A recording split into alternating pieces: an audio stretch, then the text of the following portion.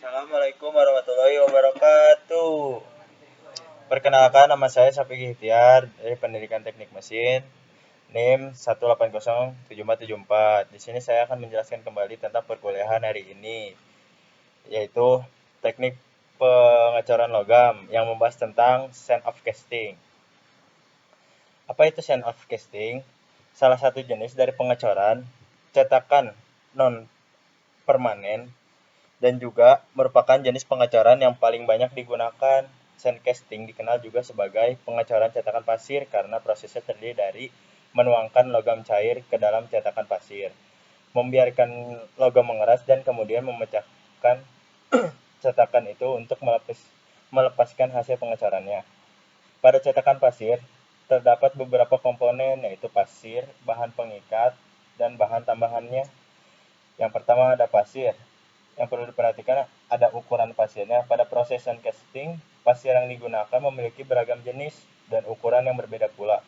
Berikut ukuran-ukuran pada butir pasirnya, yaitu ada kasar, sedang, halus. Kalau halus ini 40%, yaitu butiran 0,06 sampai 0,1 mm.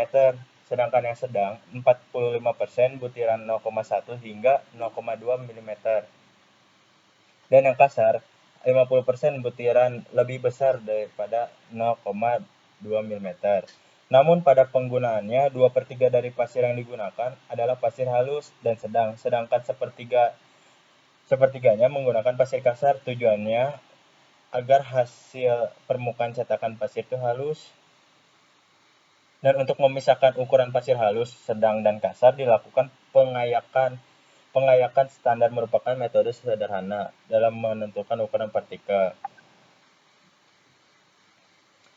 Dan selanjutnya yang perlu diperhatikan adalah jenis pasirnya. Pada proses sandcasting, jenis pasir yang digunakan ada silika, yaitu SiO2, terus ada zircon, ZrO2, dan chromite, yaitu Fe0Cr2O3. Silika itu digunakan pada hampir seluruh pengecoran logam dengan cetakan pasir, sedangkan zircon umumnya digunakan sebagai campuran dengan silika pada pengecoran baja, dan chromite ini digunakan sebagai campuran dengan silika pada pengecoran baja. Ada juga jenis-jenis cetakan pasirnya, yaitu pertama green sand. Green sand ini terdiri dari pasir silika bentonite ya 7,5% hingga 9%, dan kadar airnya itu 3,5% hingga 4,5%. Karakteristiknya itu pengerasan dicapai melalui pemadatan baik, manual atau maksimal. Otomatis. Kemampuan daur ulang sangat baik. Green sand ini banyak digunakan karena harganya yang murah. Dan yang kedua ini ada CO2 atau proses, terdiri dari pasir silika. Air kacanya mengandung 2% hingga 5% dan adiktif berupa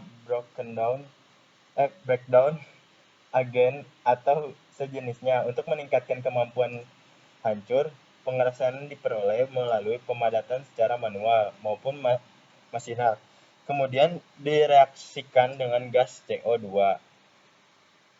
Kekurangannya itu kemampuan hancur buruk dan kemampuan daur ulangnya buruk juga. Selanjutnya ada semen proses. Semen proses ini terdiri dari pasir silika semen yang mengandung 7% hingga 10% dan airnya itu 4 sampai 8% dan gula tetesnya itu 3,5%. Digunakan pada pengecoran besi maupun baja dengan berat tuang yang besar. Selanjutnya ada no-bake proses. Tersusun dari pasir silika, resin digunakan pada pengecoran besi maupun baja dengan ukuran kecil sampai besar, baik untuk inti maupun cetakannya. Yang kelima ini ada cold box proses. Tersusun atas pasir silika, campuran resin fenol dan polysulfide dengan perbandingannya itu 1:1 sebanyak 0,8% hingga 1,3%, dan gas amoniak sebagai katalisator 0,05% hingga 0,2%. Yang selanjutnya ini ada hot box proses. Tersusun atas pasir silika, resin, furan maupun fenol. 1,5% hingga 2%, dan hardenernya itu 0,2 hingga 0,5%. Yang ketujuh ada resin oxen, tersusun pasir silika atau zikron, resin fenol, dan alkohol ataupun air sebagai pelarutnya. Yang ke-8 ini ada oil bentonite binder, tersusun dari pasir silika juga, bentonite minyak atau adiktif ini aditif. Ada selanjutnya ini ada pengujian pasirnya. Untuk mengetahui sifat-sifat pasir perlu diuji secara berkala. Pengujian yang diterapkan adalah: 1. Ada permeabilitas atau kemampuan alir gas. Pasir cetak yang telah dipadatkan harusnya dapat mengalirkan uap dan gas-gas yang dilepaskan oleh logam panas.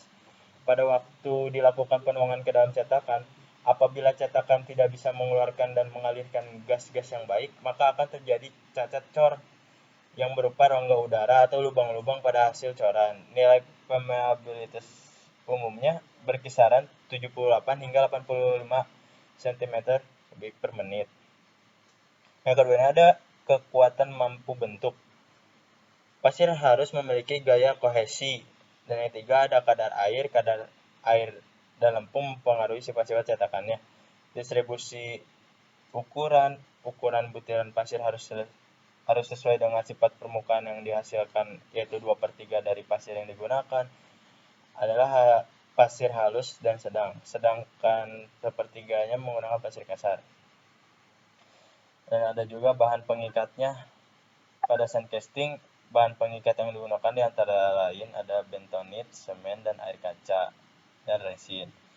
Bahan tambahannya itu ada cold dust, terus ada serbuk gergaji, ada zirkon, ada gula tetes.